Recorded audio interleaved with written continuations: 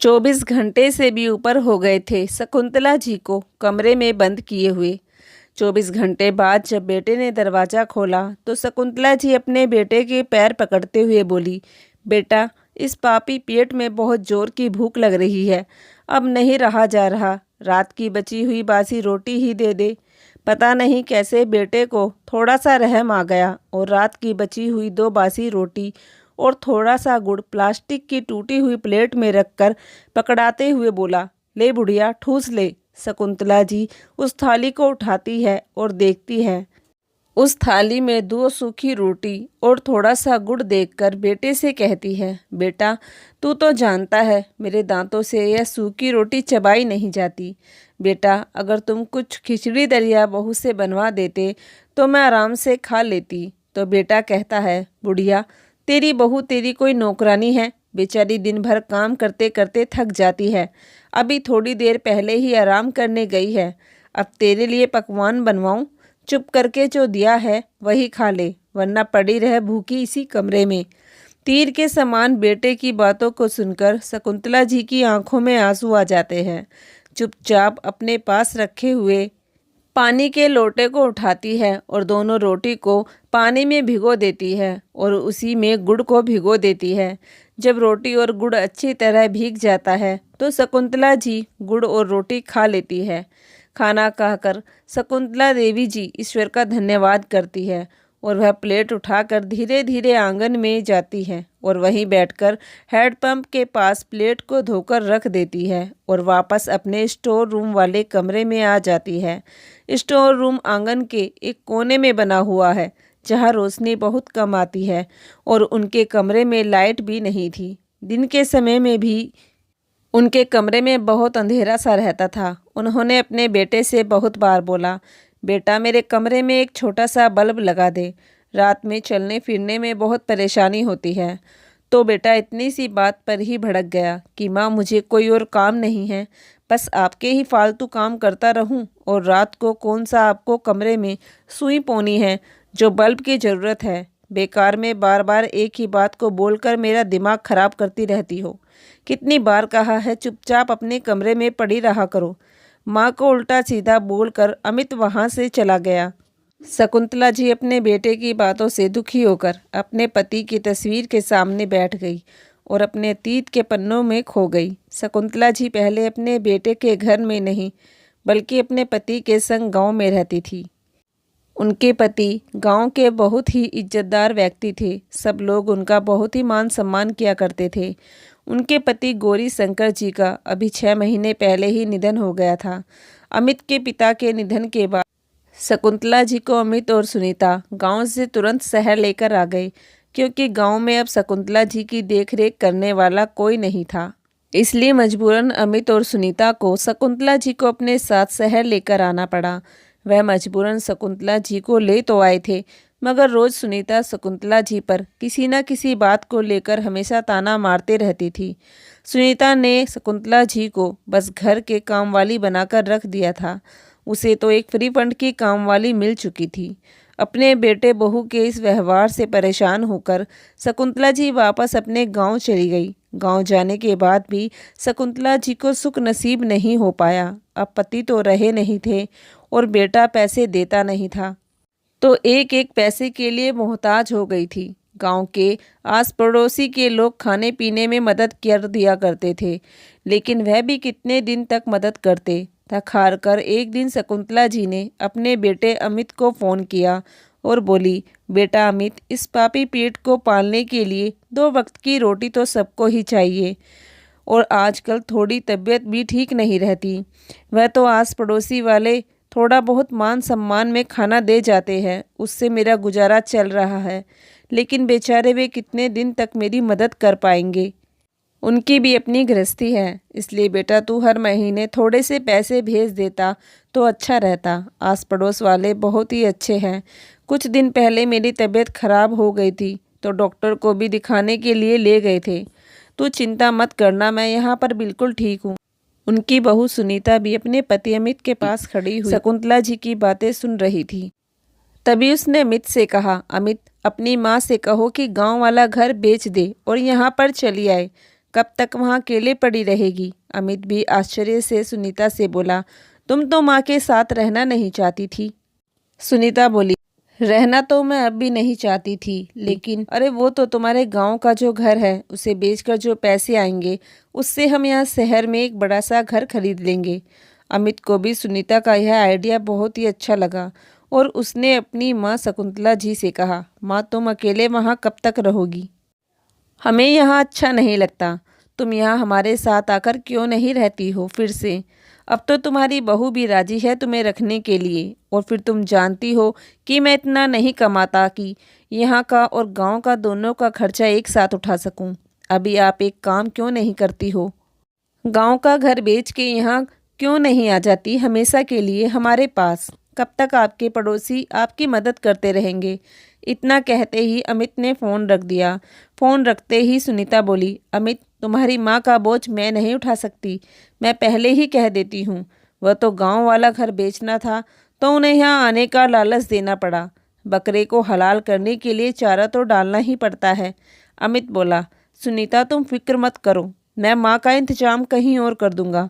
और उधर दूसरी तरफ शकुंतला जी अपने बेटे के प्यार से बोले गए शब्दों से पिघल गई। उन्हें लगा शायद मेरे यहाँ आने से बहू बदल गई होगी, उसे मेरी थोड़ी सी अहमियत समझ में आ गई होगी। इसलिए तो बहू बेटे दोनों कह रहे थे कि माँ यहाँ आ जाओ, और फिर मैं भी यहाँ अकेले कब तक पड़ोसियों के सहारे रहूँगी। शकुंतला जी ने जल्दी से घर बेचने के लिए गांव के जमींदार के यहाँ अपील कर दी।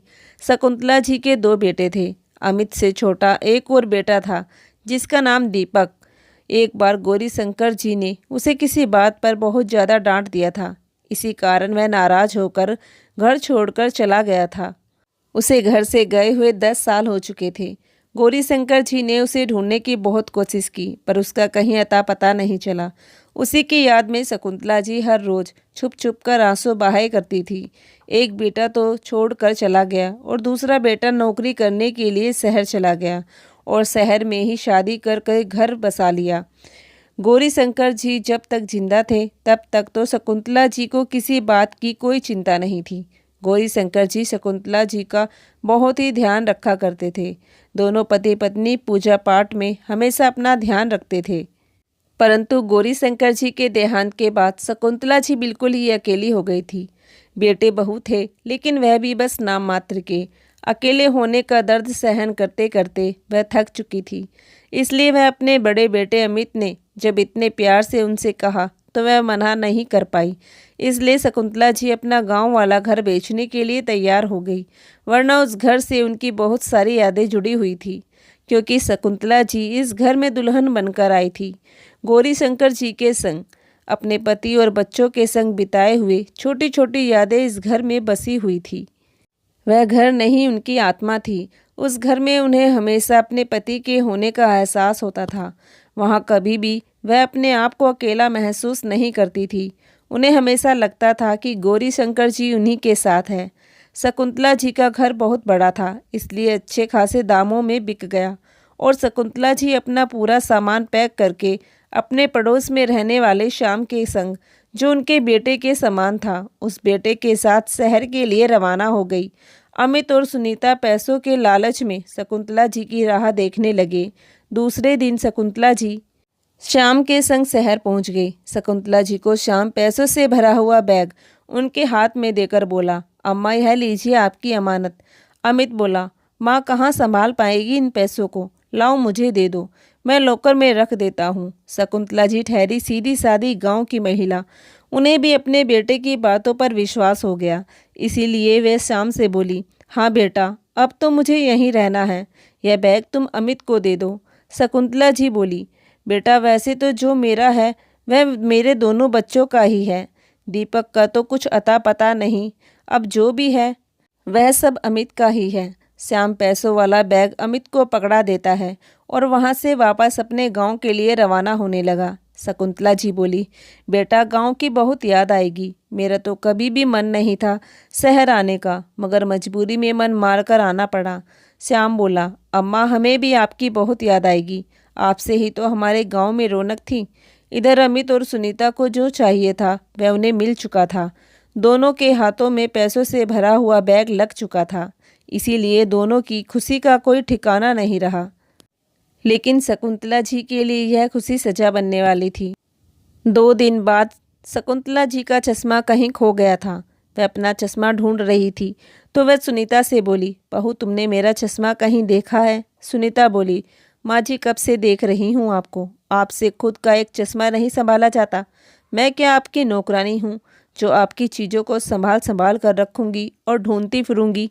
इतने में अमित भी आकर बोला, माँ क्यों सुबह सुबह सबको परेशान कर रही हो, चश्मा ही तो है, वैसे भी तुमको क्या करना है देखकर। सारे दिन खटिया पर बैठी तो रहती हो, फिर चश्मा का क्या करोगी? अरे नहीं मिल रहा तो बाद में ढूंढ लेना। अपनी बहू को छोटी छोटी बातों पर परेशान मत किया करो, उसके पास और भी बहुत सारे काम होते हैं। शकुंतला जी बेटे के मुंह से ऐसी बातें सुनकर अपने कमरे में चारपाई पर जाकर बैठ गई। मन ही मन उन्हें डर लग रहा था कि पिछली बार इन लोगों ने जैसा दुर्व्यवहार मेरे साथ किया था, शायद इस बार भी यही करने वाले हैं। ये दोनों अच्छे होने का मेरे संग शायद ढोंग कर रहे थे। हे भगवान, मेरी तो बुद्धि खराब हो गई थी जो मैंने अपने बेटे की बातों में आकर अपना घर बेच दिया। अब तो मैं कुछ कह भी नहीं सकती, नहीं तो यह घर से निकाल देंगे, फिर मैं कहाँ जाऊंगी। यह सारी बातें सोचते सोचते शकुंतला जी कब अतीत के पन्नों में खो गई। गौरी शंकर जी शकुंतला जी को बहुत मान सम्मान दिया करते थे। छोटे बड़े हर काम शकुंतला जी से पूछ पूछ कर करते थे। अपने घर की महारानी थी शकुंतला जी, लेकिन वही आज अपने बेटे के लिए बोझ बन गई थी। अमित की शादी हो जाने के बाद उसकी गृहस्थी में कभी कोई दखलंदाजी नहीं करती थी शकुंतला जी। और यहीं दूसरी तरफ सुनीता अपने ससुराल वालों को एक फूटी आंख नहीं देखती थी। सुनीता जब शादी करके आई थी तो उसने पहले ही शकुंतला जी से कह दिया था कि उसने सिर्फ अमित के लिए शादी की है, आप लोगों की सेवा करने के लिए नहीं। उधर बेटे ने भी शकुंतला जी से कह दिया था कि सुनीता को परिवार में रहने की आदत नहीं है, उससे घर के काम और अपनी सेवा की कोई उम्मीद मत रखना। बस वह पहली और आखिरी बार था जब अमित सुनीता को शादी के बाद गांव लेकर आया था। उसके बाद दोनों ने कभी कदम नहीं रखा गांव में, और ना ही कभी अपने माता पिता को बुलाया अपने पास रहने के लिए। दोनों शहर में आकर ऐसे बसे कि दोनों शहर के ही होकर रह गए। उन्हें कोई मतलब नहीं था कि उनके माँ बाप गांव में कैसे रह रहे होंगे। वह दोनों अपनी ही मस्ती में मस्त थे। पिता के देहांत के बाद भी अपनी माँ पर जरा भी तरस नहीं खाया बेटे और बहू ने। इसलिए शकुंतला जी पिछली बार का बर्ताव याद करके डर रही थी, क्योंकि पिछली बार तो उनके पास गांव में घर था रहने के लिए, लेकिन इस बार तो उन्होंने अपने बेटे के बहकावे में आकर अपने गांव का घर भी बेच दिया था। अब उनके पास दूसरा कोई रास्ता नहीं था कहीं और जाने का। यही सोचकर घबरा जाती और चुपचाप एक कोने में पड़ी रहती थी। किंतु सुनीता को उनके घर में पड़े रहना भी बर्दाश्त नहीं हो रहा था। सुनीता ने अपनी सास से घर के काम करवाना शुरू कर दिया। घर में काम करने वाली काम वाली को भी उसने निकाल दिया था और झाड़ू पोछा बर्तन खाने का सारा काम अपनी सासू माँ के ऊपर डाल दिया था।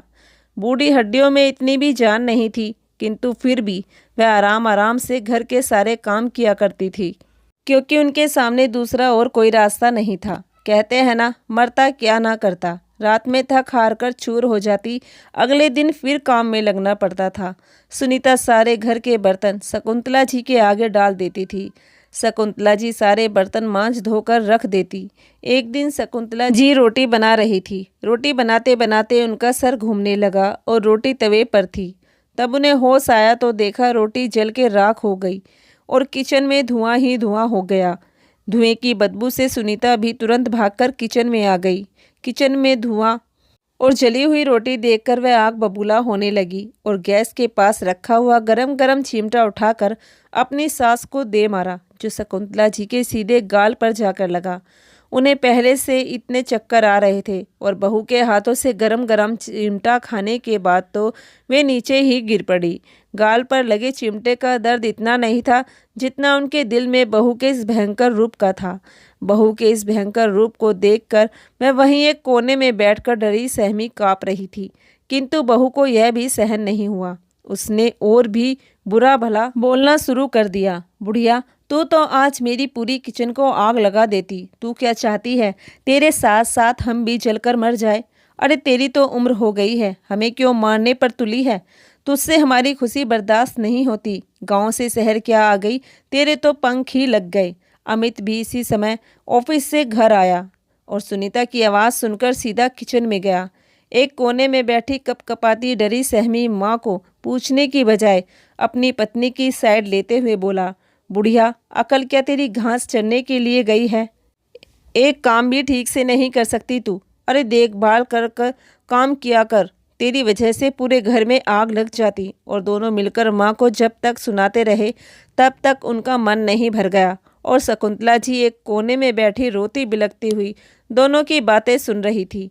फिर दोनों पैर पटकते हुए माँ को सुनाकर रसोई से बाहर चले गए। इधर शकुंतला जी के जख्मों को देखने वाला कोई नहीं था। वह बस वहीं बैठे बैठे आंसू बहाती रही और भगवान से शिकायत कर रही थी, हे भगवान, बुढ़ापे में ये कैसी परीक्षा ले रहे हो? मेरा एक बेटा घर छोड़कर भाग गया और दूसरा बेटा जिसे अपनी माँ की रत्ती भर भी परवाह नहीं है। मेरे पति भी मेरा साथ छोड़कर चले गए। अब तुम ही बताओ मैं कहाँ जाऊँ? शकुंतला जी दुख के सागर में बहती जा रही थी। बेटे बहू को जरा भी उन पर दया नहीं आई। सुबह से शाम हो गई, शकुंतला जी ने एक घुट पानी भी नहीं पिया था और दोनों बहू बेटे मज़े से खा पीकर अपने कमरे में चले गए। किसी ने भी अपनी माँ के बारे में एक बार भी नहीं सोचा। पूरे दिन से भूखी प्यासी शकुंतला जी आधी रात में भूख के मारे उनकी आंतें सिकुड़ी जा रही थी। जब सहन नहीं हुआ तो रसोई घर में जाकर देखा कि कुछ होगा तो इन भूखी आंतों को दे दूंगी, परंतु वहाँ पर कुछ नहीं था। फिर उन्होंने सोचा फ्रिज में दूध होगा, एक गिलास दूध ही पी लेती हूँ। जैसे ही फ्रिज खोला और दूध का भिगोना बाहर निकाला, रात के अंधेरे के कारण दूध का भिगोना हाथों से फिसल कर नीचे गिर गया। कहते हैं जब समय साथ ना दे तो ऐसे ही होता है। बर्तन गिरते ही बेटा बहू जाग खड़े हुए और शकुंतला जी के हाथ पैर फूलने लगे। अमित और सुनीता दोनों भागे भागे किचन में आए और दूध का भिगोना गिरा हुआ देखकर दोनों जल भुन गए और बहू ने अपने पैर से चप्पल निकालकर अपनी सास के सर पर दे मारी। बहू के हाथ से चप्पल खाकर शकुंतला जी की जोरदार चीख निकल गई। अमित अपनी माँ के ऊपर हो रहे अत्याचार के बारे में बोलने की जगह वहीं पर भीगी बिल्ली बनकर खड़ा रहा और सुनीता पैर पटकते हुए अपने कमरे में चली गई। पीछे पीछे उसका पति अमित भी कमरे में चला गया। बेटा बहू तो अपने कमरे में चले गए, परंतु शकुंतला जी वहीं फर्श पर पड़ी आंसू बहाती रही। बेटे को भी माँ पर बिल्कुल भी तरस नहीं आया। एक बार भी उसने यह नहीं सोचा कि माँ को कितनी तकलीफ हो रही होगी। बहू के हाथों से चप्पल खाकर अब तो शकुंतला जी पूरी तरह ही टूट चुकी थी। सुबह बहू ने गर्म चिमटा उनके गाल पर मारा था, जिससे उनका आधा गाल जला हुआ था और अभी पूरा एक दिन बीता भी नहीं कि रात को बहू ने उन्हें चप्पल उठाकर दे मारी। जैसे तैसे करके शकुंतला जी वहां से उठी, अपने कमरे में गई। वैसे भी बुढ़ापे में बूढ़ी हड्डियां जवाब दे देती हैं। एक तो भूख से आंतें सिकुड़ रही थी, ऊपर से बहू की मार का दर्द उनसे सहन नहीं हो रहा था। आंखों से झरझर आंसू बह रहे थे और उनके आंसू देखने वाला कोई नहीं था। वह अपनी चारपाई पर लेट गई। रोते रोते उनकी आंखों को कब नींद ने अपने आगोश में ले लिया उन्हें पता ही नहीं चला। ऐसा महसूस हुआ कि गौरी शंकर जी उनके पास बैठे हुए उनके आंसू पोंछ रहे हैं और कह रहे हैं, चिंता मत कर शकुंतला, सब ठीक हो जाएगा। आप मुझे छोड़कर कहाँ चले गए? देखिए आपके जाने के बाद क्या हालत हो गई है मेरी। कहते कहते शकुंतला जी जोर जोर से रोने लगी। गौरी शंकर जी बोले, चुप हो जाओ शकुंतला, रो मत, भगवान जल्दी ही तुम्हारी सहायता करेंगे। तभी उनके कानों में बहू के चिल्लाने की आवाज़ गूंज रही थी और उनकी आंख खुल जाती है तो वह अपने आसपास देखती है। गौरी शंकर जी कहीं नहीं थे, वह बस सपना देख रही थी। बहू चिल्लाकर शकुंतला जी से बोली, बुढ़िया, कब तक पलंग पर पड़ी पड़ी आंसू बहाती रहेगी? यह काम क्या तेरा मरा हुआ पति करेगा? दिन भर बैठी बैठी बस खाती रहती है और काम करने के नाम पर मौत आती है। शकुंतला जी जल्दी से उठकर जाती है। वैसे ही उन्हें 2 दिन से बहुत चक्कर आ रहे थे, परंतु अगर वह काम नहीं करेगी तो आज भी उन्हें खाने को नहीं मिलेगा। यही सोचकर वह काम पर लग जाती है। सारा काम करने के बाद बहू शकुंतला जी को 5 दिन पुरानी फ्रिज में रखी हुई सूखी ब्रेड और चाय लाकर दे देती है। शकुंतला जी ब्रेड और चाय को देखकर ऐसे टूटती है जैसे कितने वर्षों से भूखी हो। खाते खाते उनकी आंखों से आंसू आ रहे थे। एक समय था जब वह अपने घर पता नहीं कितने भूखे लोगों को खाना खिलाया करती थी और आज उनकी वही हालत हो गई है।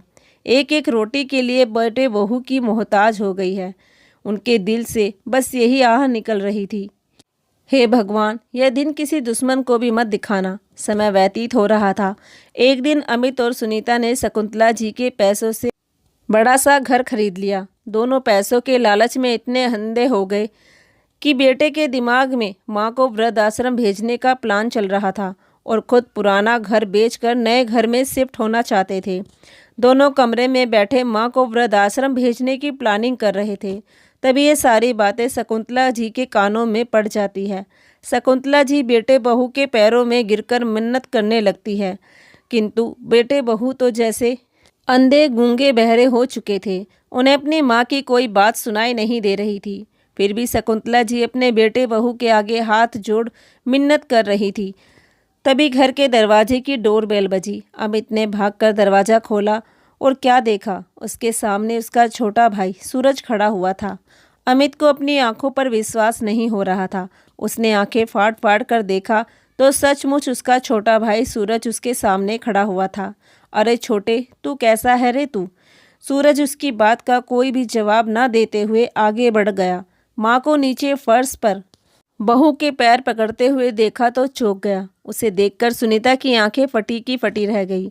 माँ ने जब अपने बेटे को 10 साल बाद अपनी आंखों के सामने देखा तो उस बूढ़ी आंखों पर विश्वास नहीं हुआ। सूरज अपनी माँ को सीने से लगाकर रोने लगा और अपने किए की माफ़ी मांगने लगा। उसने भी घर से भागकर बहुत बड़ी गलती की थी, जिसका परिणाम उसे भुगतना पड़ा। फिर उसने बहुत मेहनत की और अपना एक बहुत बड़ा कारोबार कर लिया। वह पहले गांव गया था, जहां से उसे पता चला कि उसके बाबूजी का देहांत हो चुका है और उसकी माँ गांव वाला घर बेचकर बड़े भाई के पास शहर में रहने लगी है। वहां से वह अपने बड़े भाई का पता लेकर शहर आ गया। सूरज कहने लगा, मैंने तो सोचा था कि आप यहाँ मज़े से रह रही हो, किंतु यहाँ तो उल्टा ही है। इतना सुनते ही माँ और ज़्यादा रोने लगी। सूरज के पूछने पर शकुंतला जी ने उन दोनों के सामने ही सूरज को सारी बात बता दी। अमित और सुनीता तो जैसे आंखें नीचे किए हुए पत्थर की मूर्ति बन गए थे। सूरज ने जब अपनी माँ के ऊपर हुए अत्याचारों के बारे में सुना तो उसका खून खोल उठा और वह चिल्ला कर बोला, भैया आप जानते भी हो कि माँ बाप क्या होते हैं। मैं जानता हूँ, मैंने अपने माँ बाप के बिना 10 साल निकाले हैं। या उन अनाथ बच्चों से जाकर पूछो जो माँ बाप के लिए तरसते हैं। आपने और भाभी ने मेरी माँ के साथ जो व्यवहार किया है उसके लिए आपको कभी माफ़ नहीं करूँगा। अमित बोला, तू मेरा छोटा भाई है, ज़्यादा मत सिखा मुझे। अपने बड़े भाई को क्या क्या करना चाहिए और क्या नहीं करना चाहिए। छोटा है और छोटा ही बनकर रहे। सूरज को अमित के मुंह से यह शब्द सुनकर और भी ज़्यादा गुस्सा आने लगा। उधर सुनीता शकुंतला जी की और जैसे ही बड़ी, सूरज ने झट से जाकर उसे जोरदार तमाचा जड़ दिया। खबरदार, जो मेरी माँ से अब कुछ और भी कहा तो। बहुत सहन कर लिया मेरी माँ ने। सूरज का गुस्सा देखकर दोनों पति पत्नी की आंखें फटी की फटी रह गई। सूरज ने मकान के पेपर अमित से निकलवा लिए और अपनी माँ को लेकर गाड़ी में बिठाकर सबसे पहले अपने गाँव गया। गांव में जाकर शकुंतला जी सबसे मिली। सबसे मिलकर वह बहुत खुश हो गई। फिर सूरज ने बड़ा वाला शहर का घर बेचकर उसी पैसों से गांव में फिर से घर खरीद लिया और दोनों माँ बेटे मिलजुल कर हंसी खुशी रहने लगे। उधर अमित और उसकी पत्नी अब पूरी तरह सड़क पर आ चुके थे, क्योंकि अब सर छुपाने के लिए ना तो उनके पास गाँव वाला घर था और ना ही शहर वाला। दोनों ने कई बार गांव में आकर शकुंतला जी से माफ़ी मांगी, लेकिन बेटे बहू ने जो उनके साथ किया था उसे देखते हुए शकुंतला जी ने उन दोनों को माफ़ नहीं किया। दोस्तों, बेटे बहू को माफ़ ना करके क्या शकुंतला जी ने सही किया या गलत, एक बार कमेंट बॉक्स में ज़रूर बताइए। और यह कहानी आप लोगों को थोड़ी सी भी पसंद आई हो तो प्लीज़ हमारे चैनल को ज़रूर से सब्सक्राइब कर लीजिए। धन्यवाद।